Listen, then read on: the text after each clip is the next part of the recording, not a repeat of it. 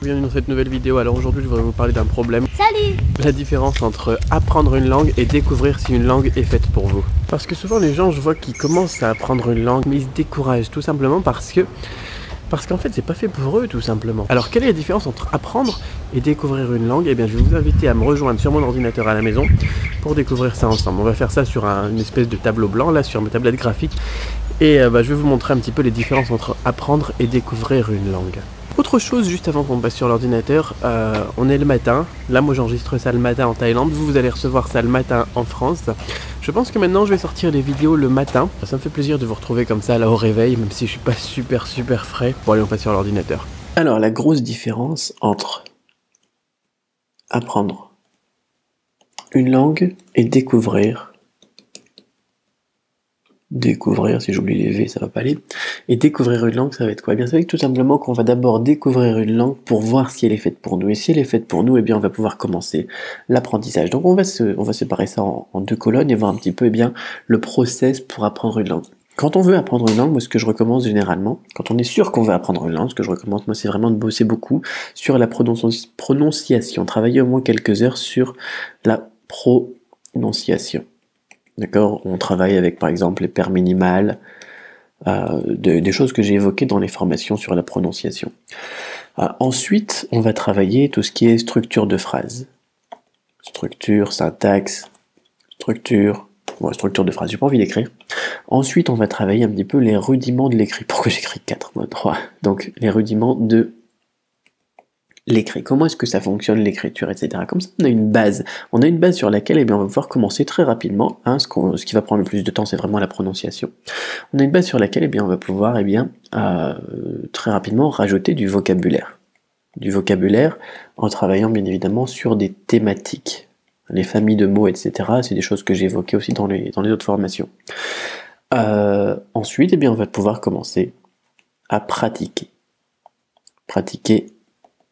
Donc rapidement, vraiment encore une fois, ce qui va nous prendre le plus de temps, ça va être la prononciation ici, mais sinon ensuite on va très rapidement pouvoir passer à la pratique en enrichissant eh bien, au fur et à mesure notre vocabulaire, et en pouvant faire des phrases tout simplement, pouvant écrire en faisant pas d'erreur sur la prononciation. C'est pour moi la technique logique pour apprendre n'importe quelle langue, c'est ce que j'utilise par exemple dans la méthode Cramp, la méthode en ligne. Mais il faut un petit peu de motivation. Notamment eh bien, pour pouvoir passer quelques heures sur la prononciation. Parce que si je vous dis aujourd'hui, alors que vous connaissez rien au chinois par exemple, mais ça marche pour les autres langues. Si je vous dis aujourd'hui, voilà, on va se faire 5 heures de prononciation, vous avez peut-être plus envie d'apprendre le chinois tout d'un coup. Tandis que si on découvre la langue, si on commence à l'utiliser très rapidement, avant même de commencer un apprentissage plus sérieux, on va avoir la motivation. Et c'est pour ça que moi je fais vraiment l'opposition, c'est vraiment le matin, l'opposition entre découvrir une langue et apprendre une langue. Pour découvrir une langue, ce que je vais recommander, donc les étapes que je vais recommander de suivre, ça va être premièrement d'apprendre tout de suite les premiers mots. Tout de suite de passer dans le concret. Tout de suite. Bonjour, au revoir, merci, je m'appelle un tel, j'ai tel âge, etc. Je suis français. Ça, c'est vraiment des mots concrets qu'on va pouvoir utiliser tout de suite, que l'on va pouvoir comprendre et prononcer tout de suite. Même si on aura une prononciation approximative, même si vous utilisez une transcription un petit peu à la française pour apprendre ça, vous allez commencer à pratiquer dès le premier jour. En fait, c'est ça. On a les premiers mots, on les découvre, on se fait une première liste avec bonjour, au revoir, merci, des trucs comme ça, et on pratique. On pratique tout de suite, dès le premier jour. Premier jour, encore une fois. On n'a pas passé 5 heures sur la prononciation. Pourquoi? Parce que ça va nous permettre aussi bien de découvrir un petit peu les rudiments de la prononciation. On va voir à quels endroits c'est difficile à prononcer. On va voir un petit peu comment sont construites les expressions, les phrases. On va voir un petit peu aussi la culture des autres.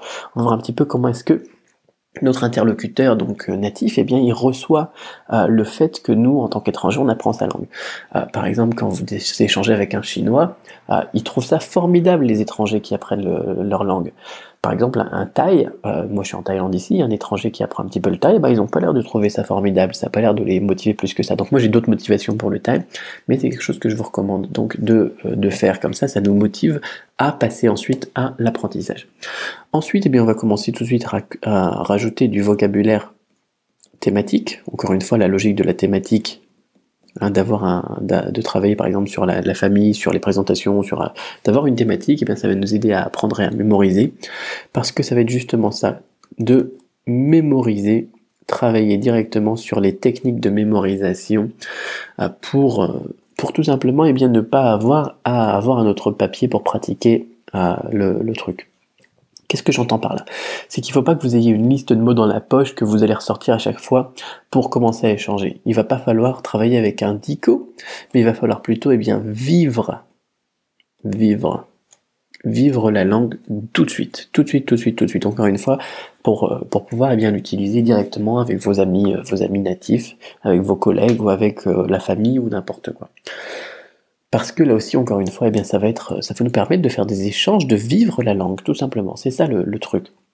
Et ça va nous aider aussi, donc le fait de travailler comme ça, pour comprendre un petit peu là où sont les difficultés, là où sont les enjeux, là où est la motivation. Voilà, on va comprendre les structures de phrases, même si on va pas pouvoir encore les décortiquer, on va pouvoir tester la grammaire.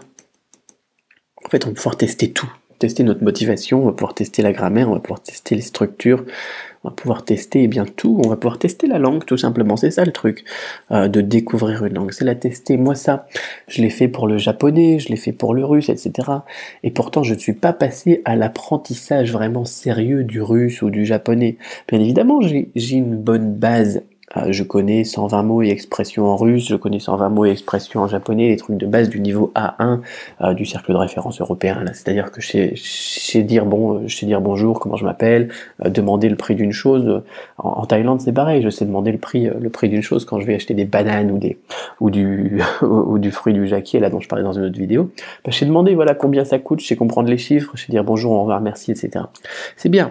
C'est très très bien, c'est déjà une bonne base, c'est un petit peu apprendre en fait, mais c'est pas vraiment apprendre sérieusement une langue, c'est tout simplement l'avoir découvert et l'avoir découverte et avoir quelques rudiments dans celle-là. Et c'est seulement en fait la cinquième étape qui est l'apprentissage. C'est pour ça que je disais étage, apprentissage. Voilà, donc c'est seulement là où on va passer ici, on va reprendre les bases sérieuses donc de la prononciation. C'est ce que je vous recommande de faire, peu importe la langue que vous voulez apprendre, que ce soit le japonais, le russe, le thaï, le chinois en l'occurrence. Si c'est le chinois d'ailleurs, c'est sur ça que j'ai basé moi mon livre, La Grammaire du chinois, sur les premiers mots, sur le concret, sur ces fameux 120 mots et expressions, ce livre dont je parlais la semaine dernière je crois déjà, ça devient une vieille vidéo, donc je vous mets un lien dans la description, mais peu importe. En fait, si pour vous c'est pas le chinois et c'est une autre langue, ça marche aussi. Vous pouvez tout simplement vous faire tout de suite une liste de 120 mots et expressions fréquents et concrets, donc dans la langue cible, et commencer à pratiquer dès le premier jour. C'est ce que je vous recommande pour voir tout simplement si c'est pour vous, pour tester la grammaire, tester les structures, tester la culture, tester vos interlocuteurs un petit peu, voir les réactions de votre famille, de vos amis, etc. C'est comme ça que je vous recommande de découvrir une langue. C'est le plus motivant en fait, le plus motivant de tout de suite utiliser dès le premier jour la langue.